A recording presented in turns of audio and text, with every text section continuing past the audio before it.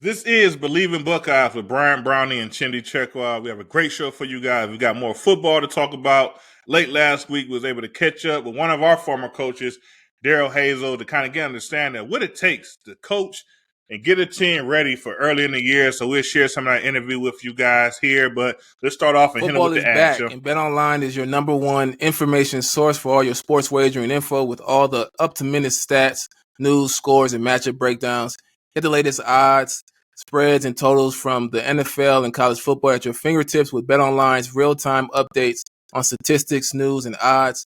From week one all the way to college football playoff and Super Bowl, BetOnline gives you access to the best football promotions and contests available anywhere online. Head to the website today or use your mobile device to get in on the action. Remember to use the promo code BLEAV to receive your 50% welcome bonus on your first deposit. Bet online where the game starts. And if you're having any issues with gambling, always feel free to reach out to 1-800-GAMBLER. They're 24/7 to help you out with any of your needs, any problems, any things of that nature. But let's get into it, man. The Buckeyes are 2-0. 2-0. This past weekend, we played at Youngstown State. They traveled to the Horseshoe, and they lost. We won that game 35-7. Obviously, mixed emotions about the game from Buckeye Nations, as always, as to be expected.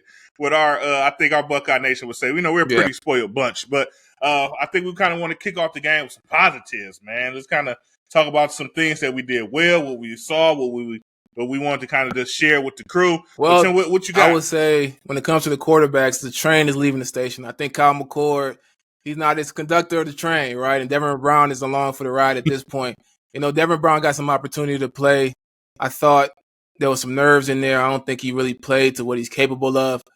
But it's time to move on. I think Kyle McCord really took a very big step from week one to week two. I think he got the nerves out really in that first half of week one. And from then on, I think he's continuously improved. He took a big step in this game. I thought his operation, the way he spread the ball around, the targets that he got out there pushing the ball down the field, I think he did everything that you want to see from a Buckeye-level quarterback. And I'm excited to see how he continues to grow next week and going into the big game against Notre Dame. Yeah, and once again, I guess, like you said, it was a competition. Coach Day said it was a competition. That's why we was thinking of it as a competition. But when it really kind of comes down to it, McCord is playing, majority of the he's starting the game for one, and he's playing the majority of the critical downs and situations in the game. And like you said, Devin Brown didn't play bad, right? I mean, last week against Indiana, he had, I think, like 2 drives and really didn't get to do much. And this week, he was able to lead a drive for a touchdown, so that was a positive for him. So you kind of get that off his back.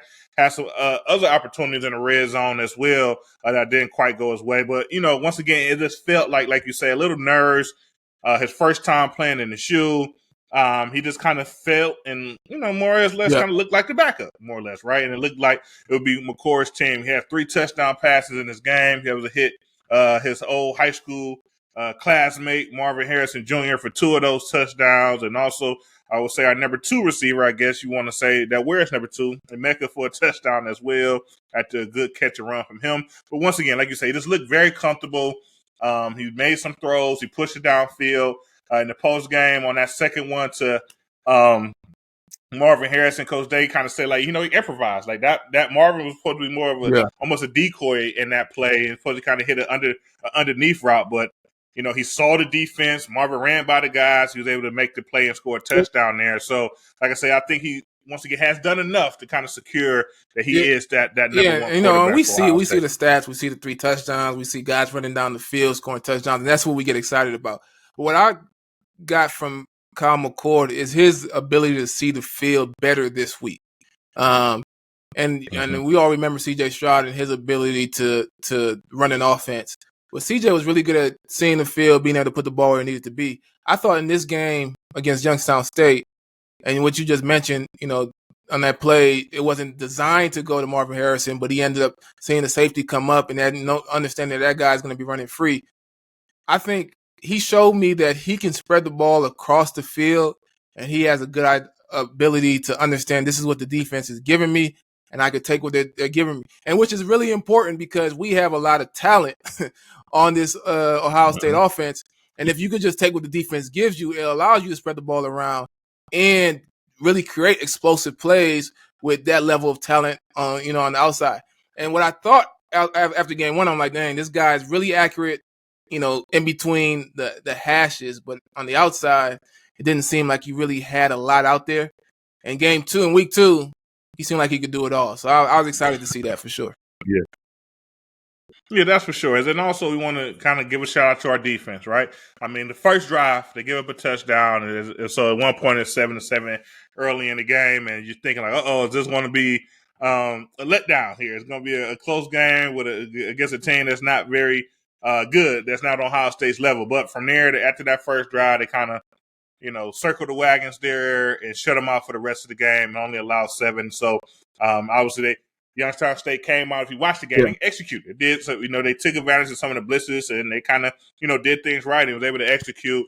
And then for the rest of the game, you see the defense kind of lock things up. I would say the defense did kind of give up a little bit too much on third down at times to Youngstown State.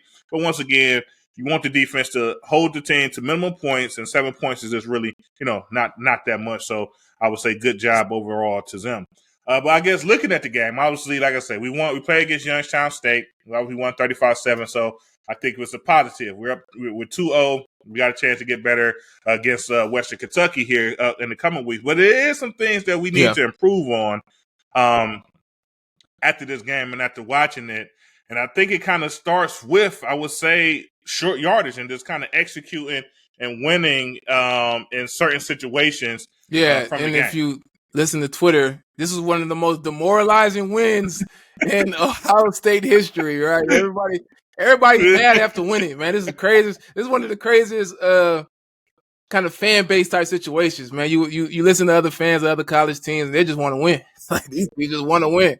Yeah. And we want to win in certain ways. But I understand it. Yeah, there are some areas where we need to improve, and I really want to get your perspective because to me, the left side of that offensive line, and to me, it doesn't feel like the individual players as much. I can't say it's not the individual players because it comes down to individual players to really be successful. But to me, it seems more like the operation is off. In week one, we talked about it. Yeah. We said they're gonna be able to get back in the film room. They'll come back and be able to improve. Come week two, we had some third and shorts, third and mediums, whatever. We ran the ball, and it just looked like the defense is being able to work over all that left side of the offensive line. And I can't really pinpoint what the issue is. I know there's a lot of pointing at individual players, but it seems like that operation just isn't working the way it's supposed to. Yeah, and when I watched it, because I looked at those situations as well. Because once again, in my mind, if you want to be a good team, certain things just has to be easy. 3rd and 2, 3rd and 1 against I'm not going to say a lesser opponent, against any opponent. You should most of the time just kind of really make that easy and just kind of hand the ball off to your guy. You got a few bread and butter plays. You get some movement up front with your guys, the guys that we know are capable, and you get the first down. But looking at it, it's just like they're not executing on these third down situations. I mean, it's still, I feel like a situation where the offensive line is trying to identify guys. This is who the guy, they want to improve. And I feel like that's a step forward. You can see them actually pointing at, particular linebackers in these situations, but still across the board, whether they're working with the tight end or someone that's in that fullback coming out the backfield type of situation, it's still not linking up. One of those plays in particular was a 3rd and 1. We try to call like an outside toss or zone or something of that sort. And our left side, once again, you got Simmons working with Kay Stover. It looks like they're going to the wrong linebacker. Before the snap, you see the offensive line tackle. You see Simmons actually point at a guy. Like, all right, a guy. Don't know exactly what that point means. Obviously, we're not in those meetings. But when you watch the clip of the play, then you see G. Scott, who's pulling, and Kay Stover essentially double teaming one linebacker. The linebacker that the offensive lineman was pointing at, he's running free in the backfield making a tackle, and Simmons is out of position. They're calling the holding call on him. So it's just like, little situations like that. It's like, essentially what's going on? Why are we pointing at a guy that no one ends up blocking? Why are we double teaming an outside linebacker? And why is the offensive tackle on the edge and getting a penalty called against him? So you got to work on these things. I mean, obviously, hopefully, the way I see it is maybe I've seen it wrong, but that's what it looks like when I look at the film and watch it multiple times. But we got one more week to clean it up. And then we got a huge competition kind of coming in where if we don't clean things up like that, those things could really sway the way the game goes. And when I look at it, I don't think it's a talent issue. I think it's an execution issue, and whether that's players not doing the right thing on the field or the coaches not putting them in the best position to make it happen, whatever it is, it's got to be cleaned up, and we got 2 weeks to do it. If you go on the other side on defense, we talked about the defense look good. I think a lot of complaints are we're not getting the pressure from a defensive line that we're used to seeing. And really, it's hard to gauge because the last 2 weeks, you saw a lot of quick game, a lot of run pass option, not a lot of time for defensive linemen to get home. And when you have that, you see Jim knows countering with blitzing linebackers and different things. So then you got some of those defensive linemen running different actions or not being able just to pin their ears back and get pressure.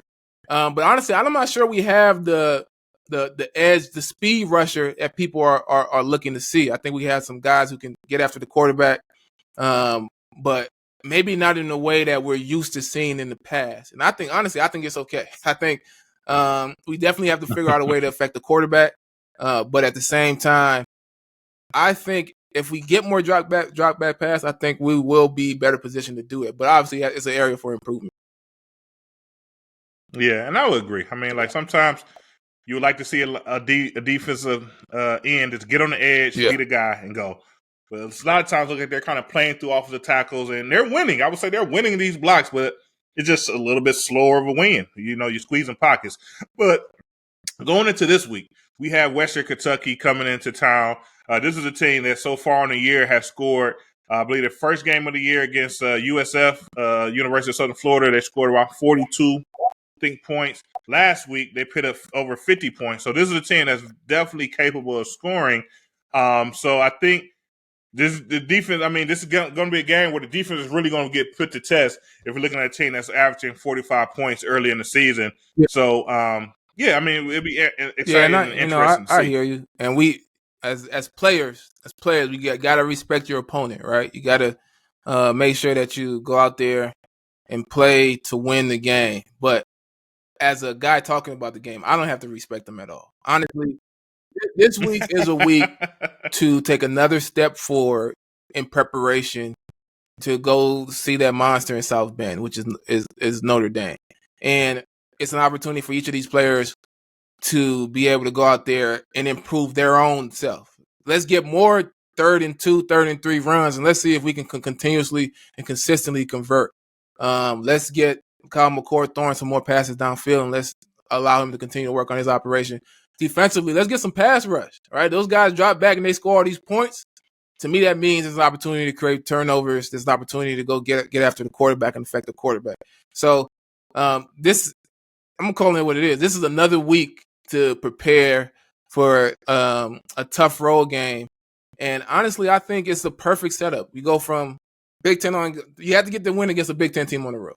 Then you go back. You test out the quarterbacks against a Youngstown State. That's step one. Then the next step, you get a better team, a more respected team, but one that still isn't on the talent level, really close, in my opinion. It gives you an opportunity to get prepared for a huge game on the road. And, I'm excited to see the growth for this week and what they become going against that team. Yeah, and so once again, they got to execute. I would just say throw this out here. There's another, plus for Western Kentucky.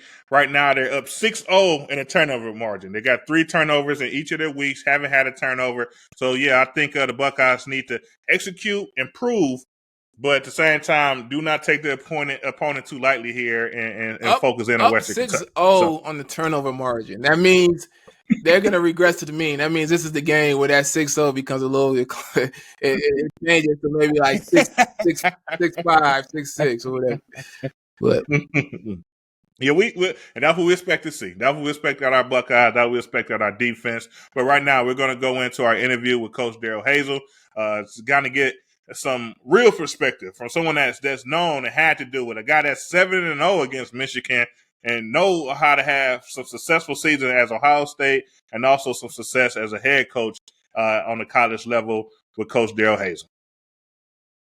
That's good. We went a little bit long. That's my fault on the. And on our show today, we have a very special guest, one of our coaches, one of our guys from our years at Ohio State. We have Coach Darrell Hazell here. Thanks for joining us on the show. How you doing? What's going on? I'm doing great, and it's great to see you two. It's been a long time. I think the last time I saw you both together was at the Sugar Bowl in 2011. I did get a chance to see Chim a year ago and had lunch with him, which was fantastic. But it's great to see both of you guys. For our listeners here today, you're not going to find two more quality guys than these two guys. And I mean that sincerely. These two guys are fantastic. Different personalities. One's close to the vest. One's got a big smile on his face all the time. But fantastic guys. Oh, I appreciate it, Coach. You got me blushing here, man. Thank you. Thank you for the kind word. So for our listeners, if you don't know Coach Hazell coached over 30 years professionally, most years on the collegiate level. He did finish his career in the NFL, coaching a couple seasons for the Minnesota Vikings. Like I said, he coached at Ohio State all years, but he started there at 2004, coached there to 2010, was the wide receiver coach and also the assistant head coach during those years. And then after he left Ohio State, he became the head man at Kent State for a couple seasons, and then also back in the Big Ten, head man at Purdue for about 4 seasons before moving on to the NFL. So, Coach, once again, just thank you for joining us. Yep. It's a pleasure to speak with you. So we wanted to kind of dive into this season and what we're seeing out of our Buckeye guys here, and just kind of get your thoughts. You know the roles. You've been doing it for a while. You did it for a long time at a high level. So you just want to pick your mind a little bit. Certainly. Well, you're always going to have talent at Ohio State, and we always felt like, if we could prepare our guys and develop our guys over the course of 2 or 3 years, which is not the case anymore, right? You're going to lose some guys pretty quickly in their career. But we thought we were always going to have a chance to compete. And we were very fortunate the time that we were there. We won 6 Big Ten championships, which was, people take some of those things for granted. Those things are hard to do. In you guys' years, we had 4 10-plus win seasons, right?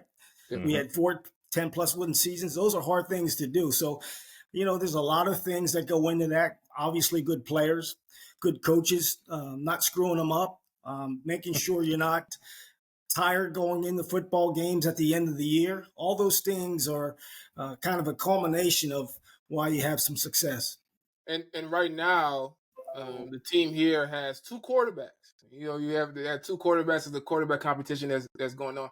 Through your time and your experience as an assistant coach, as a head coach, coaching offense, what goes into that decision on who is going to be the guy to lead this offense throughout the season? Yeah, that's a very delicate balance. When you have 2 guys that are pretty comparable in talent, you're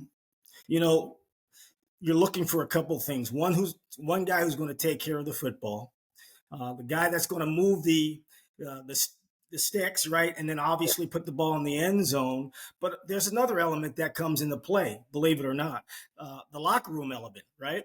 So if you guys got 2 guys that are pretty close in talent, all those things are equal, who's the team going to jump on in the locker room, right, and rally behind? And sometimes that's a hard decision, and that's the head coach's decision, right? The quarterback coach and the offensive coordinator are going to have their input, but that's a corner office decision, right? So, you got to make sure you take everything into account because it's such a delicate balance. And then, if one guy comes out and he's struggling a little bit, what happens now? Oh, we should have went with the other. So you can't second guess yourself. So it's a very delicate balance, and it's a hard decision to make. Yeah, so over your years, obviously, I know at Purdue you had to you was in this, right? You had to kind of make some decisions on who was going to lead your offense, your team, and obviously you made those decisions. You went forward in the season. Once the season started, as a coach, did you sometimes maybe second guess your decision, or maybe think going with a younger guy is better once you kind of get it going if you're not having the success you thought you would have? Yeah, that's very observative. Once the season starts rolling and you're struggling and you make a quarterback change, you better look at the parts around him, right? Mm-hmm. Because sometimes you could put a young quarterback in a situation where the parts around him may not be ready. And that quarterback takes a beating and he loses his confidence.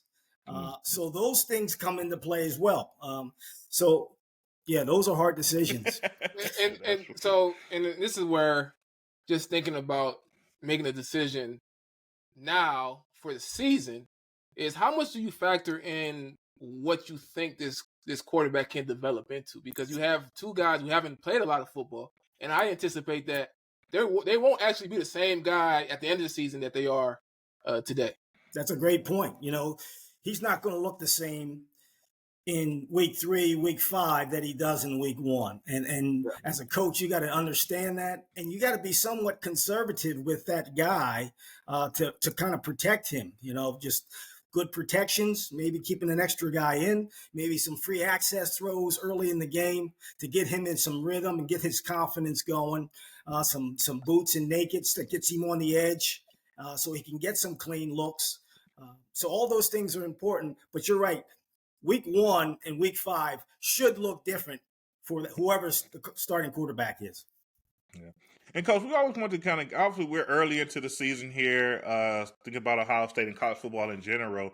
What was your mindset of just getting that team ready to kind of start off the season with your guys and just kind of getting on the field and kind of just getting some routine to the season so you can kind of start working towards those goals that you set in the off season? Yeah. So in my room, in the world that we live in the receiver room, you have some really talented guys that need to continue to get better, keep developing those guys. And we had always set a high standard on how we were going to work, right? Not only on the field, because that's easy to do for a lot of guys, but in the meeting room, how important those, understanding coverage, understanding rotation of coverage, understanding what uncovers you, when to get open, how to get open, when to get open, all those little things that make a difference when you're playing against good opponents. It doesn't matter when you're not playing against a good opponent, but soon you're playing against a good opponent, how am I going to uncover myself, right? So we always talked about those little things,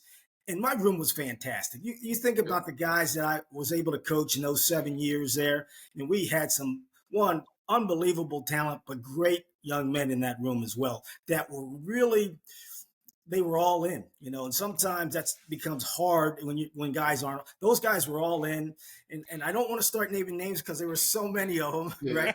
But I love them all. I do. I mean, you go down the list of all those guys that played and played well and then went on to the next level. But our mindset was, how can we get a little bit better each and every day? And that was how we improved that throughout the course of the season. So we talked a little bit about quarterbacks improving, as the season goes on. And generally teams improve as the season goes on, and sometimes they change as well. When it comes to establishing an identity or who you want to be, is that something that's established prior to the season, or does that change oftentimes during the season, especially after you get through that first quarter of the football season? I think a lot of times you got to figure out who your team is, right? I think you have a general idea of who you're going to be and what you're going to be offensively, scheme-wise. Yeah. I'm sure it's the same thing defensively. But I think as the weeks go on, you start to see some things developed. You say, hey, we can be a little bit better at doing this. We probably should do a little bit less of this or this, right? So I think throughout the course of the season, and then players, some guys that you never even thought were going to be good players. Well, I shouldn't say good players, but elite players, right? Right. Elite players. Yeah. Mm-hmm. All of a sudden, he becomes a spark. And you say, hey, how do we get this guy to ball a little bit more? A couple more touches with that guy, right? Got you. And now, Coach, I know you said you don't want to name names, right? But we're going to have to put you on the spot here a little bit. Okay, I'll name some names. One of the guys that you coach. I'll name some names. I'll name some names, but if I leave your name out, please forgive me. But the list goes on. Like Santonio Holmes was a phenomenal player, right? But he worked so hard at it. He had all the little nuances that allowed him to be really good. And then you have Gonzo, right? Gonzo's the guy that can break anybody down on the inside.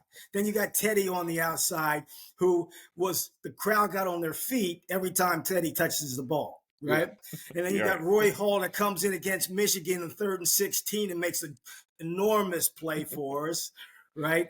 And then you go down to Brian Hartline, who's maybe the toughest player that I've ever coached, right? He's the best slant catcher around people that I've ever coached. Then you got Robo, who can track the deep ball as well. See, you got a lot of different guys. Then you got later in the years, you got Dane Sanzenbacher coming in and breaking down people on the inside. And then you got Devere Posey on the outside, which was a one-on-one mismatch for people on the defense. So the list goes on and on and on and on. And those guys were great young men that you love coaching. And then you had all those other guys that were support guys that were in the room, right? Mm-hmm. That just came to work and made those guys that much better. And if I forgot somebody, please forgive me. No, it's fine. Yeah. You can't. If they forgot you, they got to jump on the show. Yeah, that's right. Get them on the show. That's right. You talked about Hartline, and Hartline has been successful in his post-playing career as a coach. He's kind of risen up the ranks pretty quickly. All at Ohio State as well. Yeah. What is it? What did you see in Hartline? I guess through your time, you just mentioned him being a tough player that you think would lead to him being a successful coach or being able to be where he's at today? Well, some of the qualities he had as a player translates into him being a really successful coach. One, he was extremely detailed, both on the field and in the meeting room. He had to know all the answers and all the whys. So that translates really well as a coach. Again, he was extremely one of the most competitive guys in the room. He wanted to win everything. It doesn't matter what we were doing. He wanted to win everything. That translates as a coach, right? And he's a very bright young guy that gets along with guys, but he also is very demanding, right? He's very demanding, not only of himself, but the guys around him. And that translates as a coach. That's why he's going to be so successful. Yes, that's good stuff. You said that great. That was great. So I want to ask about, talk a little bit about recruiting. And there's this guy, he was a 3-star athlete, Central Florida, East Ridge High School, Claremont, Florida. You may have heard of him, right? Yeah. He ended up being able to finish his career as an All-American. And I'm talking about myself, right? But just about recruiting in general, I'll always be indebted to Darrell Hazell for coming out and recruiting me out of Florida. But take us through that process of actually recruiting me, and what was it that you saw? Because I got recruited late in the process, and I wasn't getting the love from Ohio State specifically until you came down. Yeah, your story is a phenomenal story in my eyes, and I tell the story a lot. Because when I went down to Central Florida, that was one of my areas. I went down to Central Florida and I went down to see a receiver. And I'm standing on the practice field and I'm evaluating the receiver and I'm, does he fit in our room? I don't know. Is he better than what we have in our room? I don't know. I'm not sure he does. Then all of a sudden, I see this flash and I keep seeing this flash. And still to this day, I've never seen people, when you watch a guy close on a ball, when the ball's in the air, this guy was the best at doing it. I've never seen to this day anybody have that kind of closing speed when the ball was in the air. I'm like, who in the world? And I walked over to his coach. I said, Coach, tell me about this young man. He said, he's a beautiful person. He's got a great family. He's done well in the classroom. I got on the phone, and I typically don't do this. I'm usually pretty deliberate and go through a little bit more of the stringent film watching and background check. I said, Coach Tress, I got a good one right here. And I remember Coach Tress was riding in the car with Tim Beckman. And I don't know where they were, somewhere in the cold. I was down in the warm part of Florida. Yeah. I said, you're going to love this guy. And Coach Tress, I don't even know if Coach Tress remembers this. Coach said, offer him. So that's how it kind of happened. But this guy, and to watch him close on the ball when the ball's in the air, it was freakish. And I coached on Sundays, and I still haven't seen that type of closing speed when the ball's in the air. Well, I thank you. Pretty impressive, Chim, man. Good work, man. Thanks, Coach, for just kind of breaking that down and going into that. And as we said, like you coach on Saturdays for a very long time. And then you ended your career in the NFL, coaching a couple of seasons with the Minnesota Vikings. What I mean, your experience, what's the difference? If you're a guy that coaching on the college level to the professional level, what would you say is the huge difference in that experience for yourself? It's not so much there's a lot of differences, because the one thing you learn in the NFL, if they feel like you can help them as a coach, they're all in, because they're trying to stay on the roster. The roster's a lot smaller, right? You got a 53-man roster. So those guys are dying to get better and stay on the roster and, help win football games on Sundays. The difference as a coach is you don't handle all the discipline things. You got a GM that handles all the discipline things. So you can just dive in, all football and not worry about some of the and recruiting and all those other things. You got people that take care of those things. But if you can teach guys how to, again, get open or block people or, put that ball exactly where it needs to be or break on balls. I mean, those are the things that make the NFL so special, because now all of a sudden you got, I had a room of 6 guys. You got 6 really elite players, and 2 of them were extreme. Diggs and Thielen were extremely elite, right? But the other guys are really good players. And matter of fact, Jim, you'll get a kick out of this. One of my receivers, my slot receiver, my first year with the Vikings was Jarius Wright. You probably don't know that name, but you were covering Jarius Wright until you got hurt in the Sugar Bowl. Jarius played for Arkansas with Mallett, right? Yep. And Jarius and I would go back and forth about that game quite a bit. But, Jarius Wright was one of those guys. But you talk about elite guys that are pretty special and fun to coach, really fun to coach.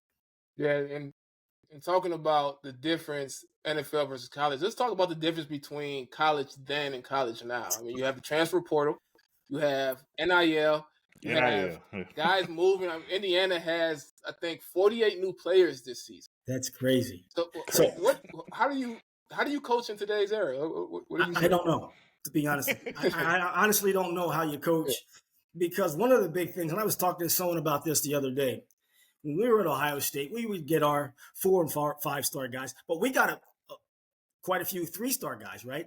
And by the time those guys were juniors, those guys were real men and real players and NFL kind of guys. So you had 2 years to develop guys. Well, I don't know how much time you have nowadays to develop guys. They're in and out. If they're disgruntled, they're going somewhere else after first year. If they're disgruntled at that second institution, they're going. So it's hard as a coach to know who's going to be in your room so you can help those guys get better. Because you take a Teddy Ginn, for example. Teddy Ginn had never played receiver until he got to Ohio State, right? He needed 3 years of receiver play to be able to do what he did in the NFL for all those years. If he transfers from coach to coach and hears different techniques, he's never going to get to that level. So I think it's a very hard climate right now for coaches because of all the guys jumping from place to place to place to place. And I don't know how they do it. I honestly don't know how they do it. It's almost like social media times, right? Like that's like everything is just so quick and right now. So yes. You get a guy, if it don't work out right now in this time period, the chance they may be gone. Exactly. It's got to be very tough, like you say. That's to develop guys, just to keep a room attached, and it's very frustrating. I can imagine it's very frustrating for coaches thinking that and you look at some of the FCS type schools, right? All of a sudden you develop a guy and he's become a fantastic player, and all of a sudden he gets sniped, right? He gets picked, he gets cherry picked. And what do you think as a coach? Man, your job's on the line, and all of a sudden your best player is going somewhere else, right? Yeah. So it's got to be hard for coaches. And I talk to my son about it all the time. He doesn't know how it was before, but all he knows is what he knows. But it's hard. So, and still there's no excuses, right? So the last exactly. There's they don't want to hear it, right? They don't want to hear that. They want to see wins. They don't want to hear, well, I lost this guy and this one, I lost my left tackle, and they don't want to hear it. So the last thing is, the last 2 years, the Buckeyes have come up short against that team up north. Mm. That's a tough pill to swallow, especially because the years before that, you guys really set a very, very high bar. You were 7-0 against Michigan. Yes. I guess my question is, what does it take beyond, the entire year, the entire season, and leading up to that game? What does it take to have that kind of consistency to be able to come up victorious against that type of team? Well, you know it, BB, you know it, right? That's an emphasis, right? First of all, it becomes an emphasis from the second you step foot on campus, and it becomes an emphasis, and it stays an emphasis throughout the course of the year. But it's an emphasis doesn't win the game, right? Players making plays win the game. When I first got to Ohio State, I remember this vividly. I'm thinking, oh, here we go. We're in a big ride. We're getting ready to come to this biggest rivalry in sports, right? How are we going to do this? I thought we were going to be practicing like crazy. I thought we were going to be meeting like crazy. And we sat in that first meeting. He says, if we got to practice more and wear our guys out for this one, we're in trouble. The guys are going to be ready emotionally, right? We got to make sure they're rested when we go into the game. We got to have a really sound, tight game plan and something a little bit different, right? We always came out, come out in 5 wides. Wait a second. Ohio State's in 5 wides. You got to have something a little bit different that they're not expecting, and be really fundamentally sound while you're attacking that team. And it's going to be a battle. Every year we played, except maybe 1 or 2 when I was there. It was a really good football game that went back and forth, and you got to know that going in, that it's going to be that kind of game. And I look back to the game in I think it was 2005, and we're down with about 4 or 5 minutes to go.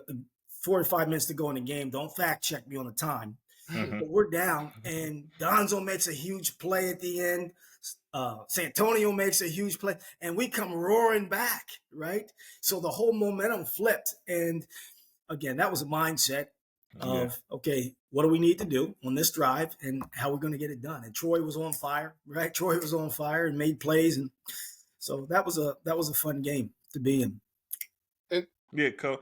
I'm sorry. Go ahead, Sean. No, I was going to say, so that was the success, right? And there's this documentary on Netflix that's covering the Gators and the era that they had. And we had our freshman year where we redshirted, we played against that Florida team and came up short. Just what do you remember from that? Because what I remember going into that week or going into preparing for that game, I was on scout team. I was guarding Ted. And for the Florida game? For the Florida game. I was guarding Ted throughout the bowl practices, and there was a bunch of plays for Ted that were, I'm like, man, these are some money plays. Yeah. And we got to the game. I didn't see a lot of those plays. Obviously, Ted got hurt early. So take us through what you remember that happened in that game. Yeah, very unfortunate, right? So we have a great return, and we have a great return set up. Teddy runs it back. Yeah. Mm-hmm. Unfortunately, we celebrate in the end zone. He sprains his foot, breaks his foot, whatever he does to his foot. He tries 1 or 2 plays, which I forgot went back in the game. Tressel reminded me that this summer. Yeah, I forgot that he went back into the game and couldn't go. And he's devastated on the sideline. He's not the only one devastated. We're devastated because you're right. You're right. Half of the right side of that game plan had number 7 underneath of it, right? And all of a sudden he's not there. So that was hard. And we just never were able to get into any type of rhythm. They did a great job. Florida did a great job pass rushing us. Yeah. And it got out of hand quickly, unfortunately. Yeah. We always remember that game. We obviously redshirted. I was injured at the time. And funny enough, the injury that Ted got in the game was the injury I had currently that had me on the sideline in the boot. I wasn't going to play anyway, but got hurt in practice. But it was just, one of those games. One of those deals, didn't get it done. But it's just funny enough that now there's a documentary that just come out. And I guess the documentary is kind of giving us a lot of praise. What was worthy? All right, they was a good team. But obviously they had a lot of stuff going on. They were a good team. Yeah, I know. Hey, you guys are both aficionados of football. So I'm going to ask you a question. So I got there in 2004, left in 2010. How many returns for touchdowns do you think we had in that 7-year period from 2004 to through 2010 for touchdowns? How many returns do you guys think we had? Kickoff returns, not including punt return. Both. Both. Both. I'm gonna go with. I was gonna say 4. I'm 4? gonna say 15, man. Like 14.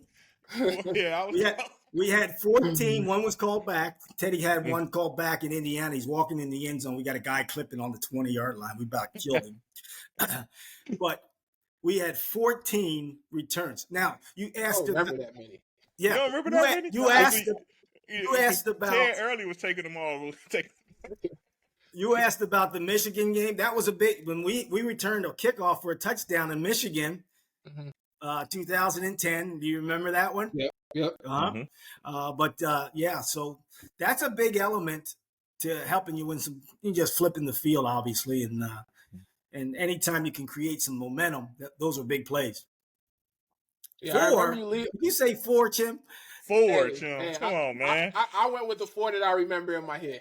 All right. I didn't even consider anything else. Yeah. But yeah, and you were a big part of that. You know that Delta Force kickoff return. Yeah, that's right. Delta Force. And that's it for our questions. Really appreciate you coming on again. Very, very appreciative of you coming out to Florida and recruiting me, and being an amazing coach for us during that time at Ohio State. Thank you. And congratulations on a successful coaching career. And again, this a great podcast. Let me just say this: I've had some phenomenal leaders and mentors through my 33 years of coaching. Right, I've had some really good people to follow. Tress is obviously, one of my favorite guys in the world. Who teaches men how to do the things the right way, and you guys were both a part of that, so you saw it firsthand. But it's a lot of those guys that show you how to do it the right way, and those are the reasons why you have so much fun and so much success. Well, we appreciate it, Coach. I mean, I know you're retired, but you're like a young man retired. So you got a ton of life to enjoy. So right, this exactly. Congrats for the career. All right, thank you, guys. Great to see you guys both. Thank you.